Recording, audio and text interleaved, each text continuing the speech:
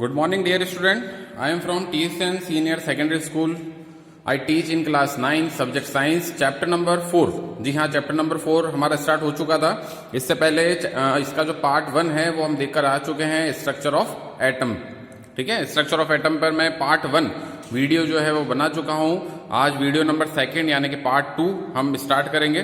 तो देखिए dear student, इससे पहले वाले जो वीडियो मैंने बनाया था इस लेसन पर, उसमें हमने स्टडी किया था Thompson model.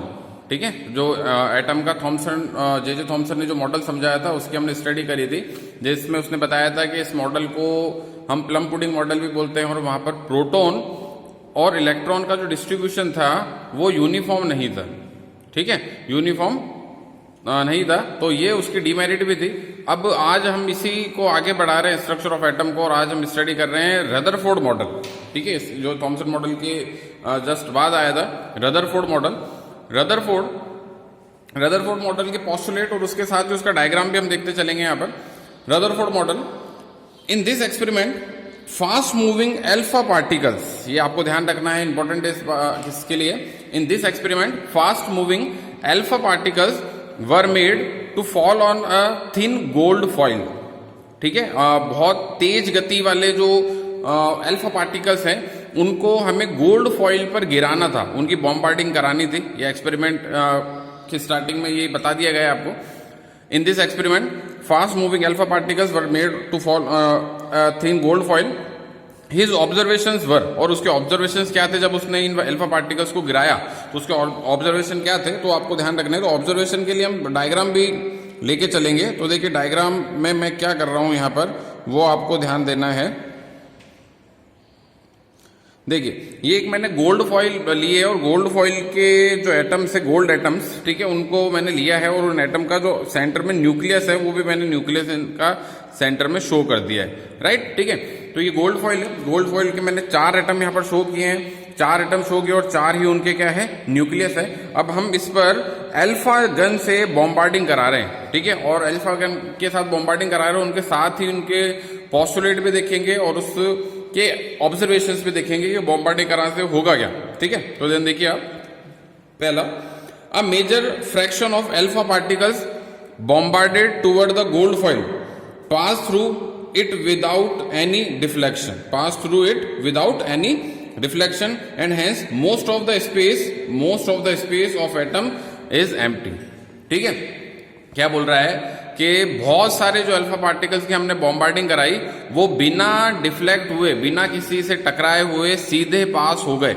It mean atom का जो मोस्टली स्पेस होता है अंदर का, वो क्या होता है, एम्प्टी होता है, खाली होता है. राइट, ठीक है. कैसे, जैसे देखिए ये अल्फा गन है, इस अल्फा गन से मैं बॉम्बार्डिंग करा रहा हूं, बहुत सारे पार्टिकल्स जो हैं वो बिना किसी से टकराए सीधे मूव कर रहे हैं. ठीक है, बिना किसी से टकराए सीधे मूव कर गए ये बहुत सारे alpha particles. It mean atom में जो बहुत सारी जगह है, एटम के अंदर वो बहुत सारी जगह क्या है, खाली पड़ी है. ठीक है, क्यों, क्योंकि न्यूक्लियस तो बहुत छोटा है, वो तो एटम का बहुत छोटा सा एरिया कवर करता है. ठीक है, नाउ नेक्स्ट देखिए, some of the alpha particles were deflected by small angles and hence the positive charge in an atom is not uniformly distributed. तो इसने क्या बताया सेकंड पोस्टुलेट में, कुछ अल्फा पार्टिकल्स ऐसे थे जो कुछ एंगल पर डिफ्लेक्ट हो गए, डिफ्लेक्ट का मतलब क्या है कि कोई पार्टिकल ऐसे जा रहा है सीधा और किसी चीज से टकरा कर वो अपना डायरेक्शन चेंज कर ले. राइट, ठीक है. तो यहां पर भी कुछ ऐसा ही हुआ कि जैसे फॉर एग्जांपल ये यहां से अल्फा पार्टिकल जा रहा है और ये अल्फा पार्टिकल इससे टकराकर इसका डायरेक्शन क्या हो गया, चेंज हो गया. जाना कैसे था इसको, इस डायरेक्शन में, बट डायरेक्शन इसका चेंज हो गया. ठीक है, ऐसे एक पार्टिकल और बना देते हैं, ये पार्टिकल को जाना ऐसे था बट इसका डायरेक्शन चेंज हो गया और जाना इसको ऐसे था. तो इट मीन इन्होंने अपना डायरेक्शन चेंज कर लिया अल्फा पार्टिकल्स ने. इट मीन एटम जो है अंदर से खोखला नहीं है, एटम अंदर से होलो नहीं है, खोखला नहीं है. इट मीन उसके अंदर कुछ है, और वो कुछ क्या था, न्यूक्लियस था. ठीक है, एटम का न्यूक्लियस था. रदरफोर्ड ने एटम की न्यूक्लियस की डिस्कवरी करी थी. ठीक है, नाउ नेक्स्ट देखिए, यहाँ पर जो ये सेकंड पोस्टुलेट में बताया है कि जो पॉजिटिव चार्ज है वो यूनिफॉर्मली डिस्ट्रीब्यूटेड नहीं है, और जैसे अल्फा पार्टिकल उससे टकरा रहा है, उस न्यूक्लियस से टकरा रहा है, तो वो उसका डायरेक्शन क्या हो रहा है, चेंज हो रहा है. और यहाँ पर जिस डायरेक्शन, जिस एंगल पर वो डिफ्लेक्ट हो रहा है वो एंगल इस जगह पर आ जाएगा, राइट। ठीक है, ऐसा इसके लिए एंगल क्या बन जाएगा, ये वाला। ठीक है, दो पार्टिकल्स मैंने ऐसे शो किए हैं जो अपने पाथ पर जाना उनको कहां पर था और कहां वो पहुंच गए। ठीक है, जैसे ये अल्फा पार्टिकल है, ये अल्फा पार्टिकल जा रहा है और जैसे ही न्यूक्लियस से टकराया तो इसको जाना ऐसे था, बट इसका डायरेक्शन कैसे हो गया, ये डायरेक्शन हो गया इसका। ठीक है, तो ये इसका डिफ्लेक्शन एंगल हो गया। ठीक है, मैंने यहाँ पर शो भी किया ऊपर, ये आपको ध्यान रखना है। नाउ नेक्स्ट देखिए डियर स्टूडेंट, इसके बाद मैं स्लाइड चेंज कर रहा हूं।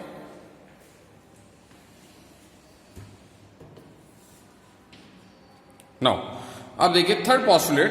थर्ड पोस्टुलेट क्या है, थर्ड पोस्टुलेट में देखिए very few of alpha particles, very few of alpha particles were deflected back, were deflected back. इसका मतलब क्या है, कुछ पार्टिकल्स ऐसे भी थे, बोला गया था कि लाख में से या 20,000 में से कोई एक पार्टिकल ऐसा था जो अपने रास्ते पर वापस लौट के आ गया। जैसे फॉर एग्जांपल ये न्यूक्लियस है, ये अल्फा पार्टिकल यहां से आ रहा है, इससे टकराया और वापस इसी डायरेक्शन में लौट के आ गया। ठीक है, ये बिल्कुल ऐसा ही है कि आपने दीवार पर एक गेंद फेंकी और वो गेंद जो है वापस आपकी तरफ ही लौट के आ जाए। एक बॉल फेंकी है आपने दीवार पर और बॉल वापस से बाउंस बैक कर जाए आपकी तरफ ही। ठीक है, बिल्कुल ऐसा ही यहाँ पर ऑब्जर्वेशन था। तो उस समय रदरफोर्ड ने ये बोला भी था कि ऐसा लगा कि मैंने एक तोप का गोला छोड़ा हो और वो तोप का गोला एक पतले से कागज से टकराकर वापस मेरी ओर ही लौट कर आ गया हो, राइट। ठीक है, तो ये पोस्टुलेट इसी पर बेस्ड है। Very few of the alpha particles were deflected back, कुछ अल्फा पार्टिकल ऐसे भी थे जो वापस अपने डायरेक्शन पर लौट के आ गए। ठीक है, नियरली 180 डिग्री एंगल। ठीक है, और कितने का एंगल बनाते हुए, 180 डिग्री का। क्यों, क्योंकि वापस वो अपने ही रास्ते पर लौट के आ रहा है। ऐसे गया था, न्यूक्लियस से टकराया और वापस उसी डायरेक्शन में लौट के आ गया, तो 180 डिग्री का एंगल ही बनेगा। तो 180 डिग्री का इसमें नियरली एंगल बन रहा था। ठीक है, so the volume occupy bye positive charge, so the volume occupy bye positive charge particles in an atom is very small. तो किसी एटम में जो पॉजिटिव चार्ज पार्टिकल्स ने एरिया कवर किया हुआ है, वॉल्यूम कवर किया हुआ है, वो वॉल्यूम बहुत ही छोटा है। पॉजिटिव चार्ज का यहाँ पे मतलब किससे है, न्यूक्लियस से। पॉजिटिव चार्ज का यहाँ पे मतलब किससे है, न्यूक्लियस से। क्यों, क्योंकि हम जानते हैं कि न्यूक्लियस पर चार्ज क्या होता है, पॉजिटिव। न्यूक्लियस के अंदर होते हैं प्रोटॉन प्लस न्यूट्रॉन। न्यूक्लियस के अंदर कौन होता है, प्रोटॉन प्लस न्यूट्रॉन। न्यूट्रॉन पर कोई चार्ज नहीं होता, प्रोटॉन पर ही पॉजिटिव चार्ज होता है। तो न्यूक्लियस पर भी ऑल ओवर चार्ज क्या हो जाएगा, पॉजिटिव। और न्यूक्लियस जो है, एक बड़े एटम में न्यूक्लियस बहुत छोटी जगह कवर करता है। एक बड़े एटम में न्यूक्लियस जो है वो बहुत छोटी जगह कवर करता है। इतना पूरा जो स्पेस है वो अभी भी खाली पड़ा हुआ है। ठीक है, ये आपको ध्यान रखना है, is very small as compare to total volume of the atom. ठीक है, ये आपको ये चीज ध्यान रखनी है। तो आपको डियर स्टूडेंट ये 3 पोस्टुलेट से पता चला होगा कि जब हमने अल्फा पार्टिकल्स की बॉम्बार्डिंग करी, बहुत सारे अल्फा पार्टिकल्स सीधे निकल गए बिना डिफ्लेक्ट हुए। कुछ अल्फा पार्टिकल्स ऐसे थे जो अपने पास से फ्लक्चुएट हो गए कुछ एंगल पर, और कुछ 20,000 में से एक पार्टिकल ऐसा था जो वापस से बाउंस बैक कर गया, यानी जहां से वो आया था वापस उसी डायरेक्शन में वो चला गया। तो इट मीन एटम जो है वो अंदर से खोखला नहीं है, एटम होलो पार्टिकल नहीं है। एटम के अंदर जो है उसका न्यूक्लियस है, और न्यूक्लियस से अगर कोई भी चीज टकराएगी तो वहां पर कुछ ना कुछ ऑब्जर्वेशन हमें देखने को जरूर मिलेंगे। ठीक है, ये यहाँ पर मैंने नेक्स्ट इसके बाद दिया Rutherford model of atom. Rutherford model of atom, तो देखिए यहाँ पर रदरफोर्ड मॉडल ऑफ एटम क्या है। यहाँ पर देखिए सेंटर में मैंने दे रखे हैं कुछ पार्टिकल्स को मैंने जो है सॉलिड स्फीयर से शो किया है, कुछ पार्टिकल्स को मैंने होलो स्फीयर से शो किया है। तो ये पार्टिकल्स एक्चुअली में क्या है, प्रोटॉन और न्यूट्रॉन्स हैं। ये पार्टिकल्स क्या है, प्रोटॉन और न्यूट्रॉन्स हैं, जो कि सेंटर में होते हैं न्यूक्लियस में। और ये जो मैंने यहाँ पर कुछ रिंग्स शो करी है, ये रिंग्स किसको बता रही है, ऑर्बिटल्स को। ये रिंग्स किससे बता रही है, ऑर्बिटल्स को।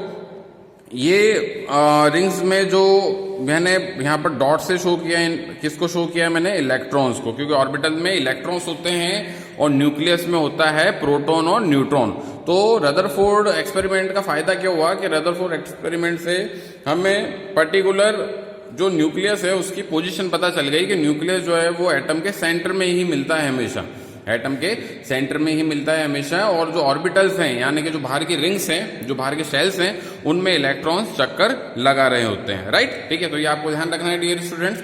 नाउ नेक्स्ट देखिए, रदरफोर्ड मॉडल ने बहुत सारी बातों को समझा दिया, बहुत ही ज्यादा बेस्ट मॉडल था, ठीक है, क्योंकि थॉमसन मॉडल की जो कमियां थी, जो डिमेरिट्स थी थॉमसन मॉडल की, उसको रदरफोर्ड मॉडल ने दूर किया, ठीक है। बट फिर भी रदरफोर्ड मॉडल की कुछ लिमिटेशंस थी, वो लिमिटेशंस आपको ध्यान रखनी है, एग्जाम पर्पज से बहुत ज्यादा इंपॉर्टेंट है। तो डियर स्टूडेंट, हम बात करते हैं लिमिटेशंस की। लिमिटेशंस देखिए रदरफोर्ड मॉडल की क्या है limitations.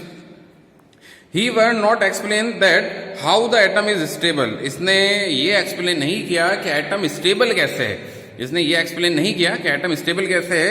And during revolution of electron around the nucleus the energy is not considered. और जब कोई इलेक्ट्रॉन जैसे ये न्यूक्लियस है, जब कोई इलेक्ट्रॉन इस न्यूक्लियस के चारों ओर चक्कर लगा रहा है, तो इसकी जो एनर्जी है वो कंसीडर नहीं होगी, यानी कि इसकी एनर्जी का लॉस नहीं होता, इलेक्ट्रॉन की एनर्जी का लॉस नहीं होता। क्योंकि रदरफोर्ड मॉडल के अकॉर्डिंग क्या था कि अगर न्यूक्लियस के चारों ओर इलेक्ट्रॉन चक्कर लगा रहा है तो इलेक्ट्रॉन अपनी एनर्जी जो है वो लूज करता जाएगा और एक टाइम बाद में वो न्यूक्लियस में गिर जाएगा, ठीक है। तो ये इट मीन रदरफोर्ड के अकॉर्डिंग तो एटम जो है वो अनस्टेबल होना चाहिए, ठीक है, बट ऐसा नहीं है, ठीक है। हम जानते हैं कि ऐसा नहीं है, एटम एक स्टेबल थिंग है। और स्टेबल थिंग क्यों है? क्योंकि वहां पर जो इलेक्ट्रॉन है वो अपनी एनर्जी का लॉस नहीं करता। ये बात हमें आगे के मॉडल में पता चलेगी, जिसे और ज्यादा क्लियर किया था नील्स बोर ने। तो इसके बाद ये स्टूडेंट जो हमारा थर्ड वीडियो आएगा वो होगा बोर एक्सपेरिमेंट पर बेस्ड, ठीक है। तो लिमिटेशंस को हम आगे बढ़ाते हैं, रदरफोर्ड मॉडल की लिमिटेशंस को। He were not to explain the Millikan oil drop experiment, ठीक है। इसने मिलिकन ऑयल ड्रॉप एक्सपेरिमेंट को भी नहीं एक्सप्लेन किया था रदरफोर्ड ने, ठीक है। तो ये दो डिमेरिट्स का आपको ध्यान रखना है, एग्जाम पर्पज से इंपॉर्टेंट है। तो आज डियर स्टूडेंट हमने स्टडी किया रदरफोर्ड मॉडल के पोस्टुलेट्स, रदरफोर्ड मॉडल की ऑब्जर्वेशंस विद डायग्राम, फिर देन उसकी लिमिटेशंस। तो आई होप आपको ये वीडियो पसंद आया होगा। लाइक करिए, शेयर करिए। Thank you.